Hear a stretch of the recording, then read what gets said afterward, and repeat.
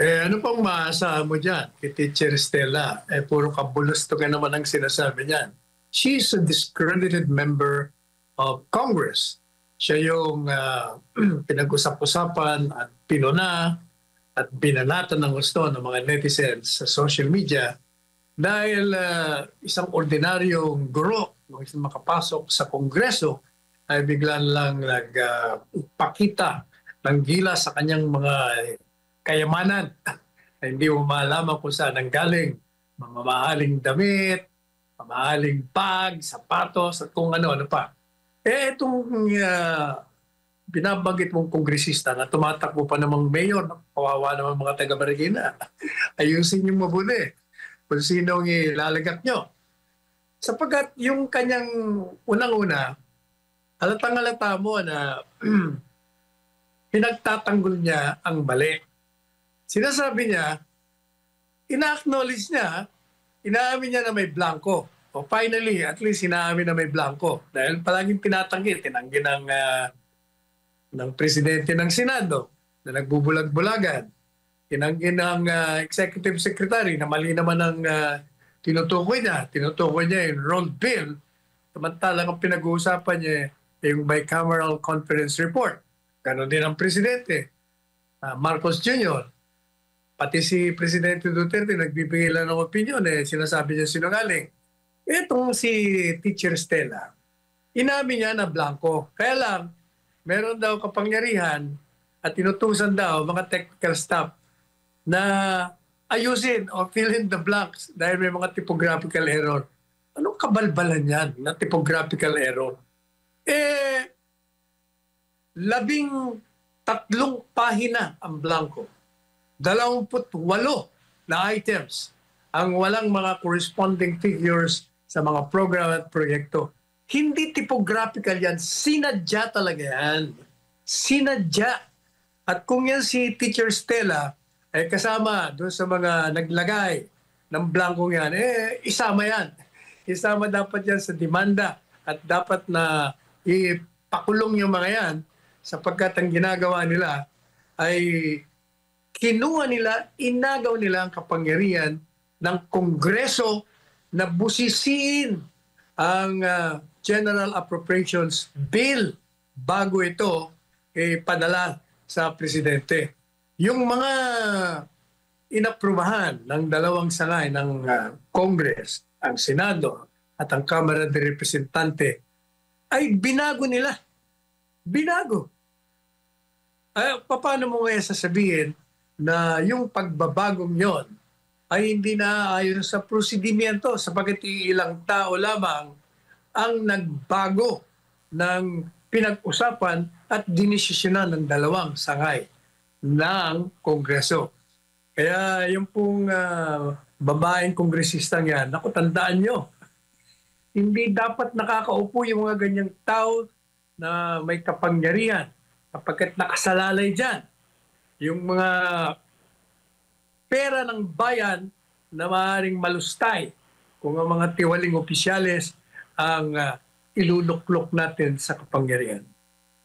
Yes, Attorney. At kung maalala mo nga, noong una, bago ito nagsalita si Congresswoman Stella Kimbo, abay, madalian lamang na ambush interview sana ang hiling ng mga kasamahan natin sa media sa kanya. Mabilisan lang.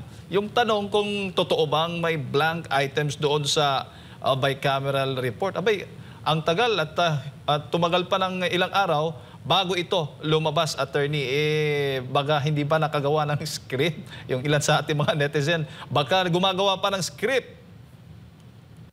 Siyempre, kasi pinag-usapan pa nila, ano kayo magandang sagot dito? Masyado ng booking tayo. Nag-uusap sila, pero masama pa rin.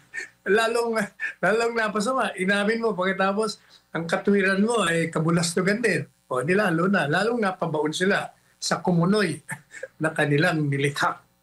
Pero, Attorney, itong latest na pahayag ni Congresswoman Stella Kimbo, na inaamin niya, ina-acknowledge niya na mayroong mga blanco sa ipinasang BICAM report, ay opposite doon sa sinabi mismo ni Senate President Escudero na walang blank items doon sa BICAM report.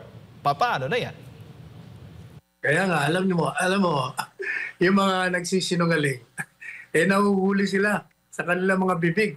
They weave, yung tawag dito, yung spider, di ba? Gumagawa ng, yung gagamba. Gumagawa ng web. Kagagawa nila ng kasinungalingan. Nagbabanggaan tuloy lahat ng mga pinagsasabi nila. Kaya ayan, kitang-kita tuloy ang ebidensya. Mga sinungaling talaga. Pero attorney, yung hinihintay ng ating mga kababayan dito, ano na po yung sana po sila Speaker Martin Romualdez, si Congressman Zaldico. Wala na yan, di ba? Pinalitan na ni Teacher Stella.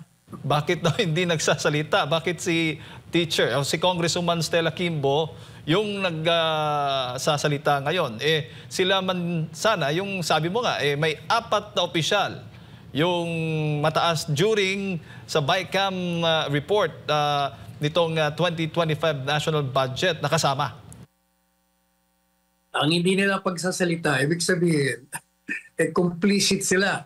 Kasama sila sa sabuatan ng paglalagay ng blanco. Ilagyan nila ng mga figures bago nila ipinadala kay Presidente Marcos Jr.